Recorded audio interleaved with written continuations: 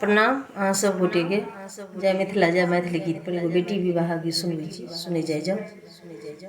जय दीन आंगन बेटी तोहरो जनम भेल, ताहि दिन भेल विष मादहे। जाहि दिन आंगन बेटी तोहरो जनम भेल, ताहि दिन भेल विष मादहे। चिंता निंदा हृत भेल बेटी, धीर नहीं रहल ज्ञान हे। पुत्र जे होइता बेटी बजैता बधावा, धिया के जन्म विष मादहे। पुत्र जे होइता बेटी बजैता अधावा, धिया के जन्म विष मादहे।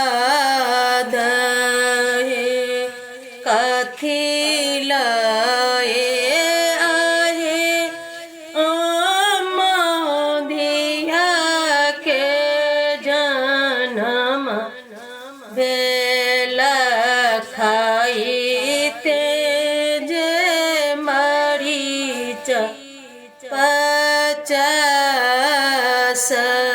हे।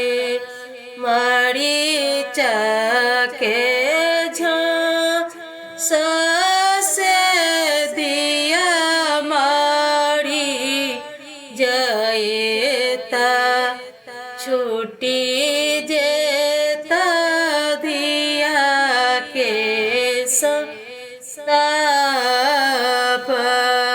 हे। कथी लए आहे अम्मा धिया के जन्म देल, खाई तो जे मरीच पचास हे। मरीच के झांस से धिया मारी जयतै, छूटी जयता धिया के संताप हे। एतने बचन जाबे सुनलनी बाबा, सुतल बाबा उठल चेहाई।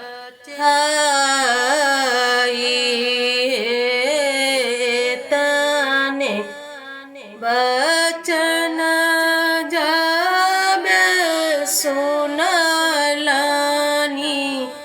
बाबा, सुतल बाबा उठल चेहाई।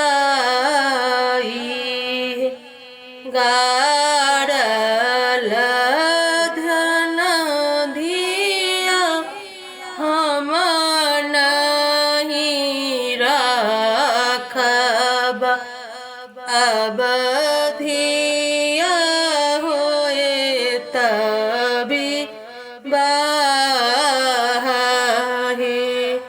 गाड़ल धन धिया हम नहीं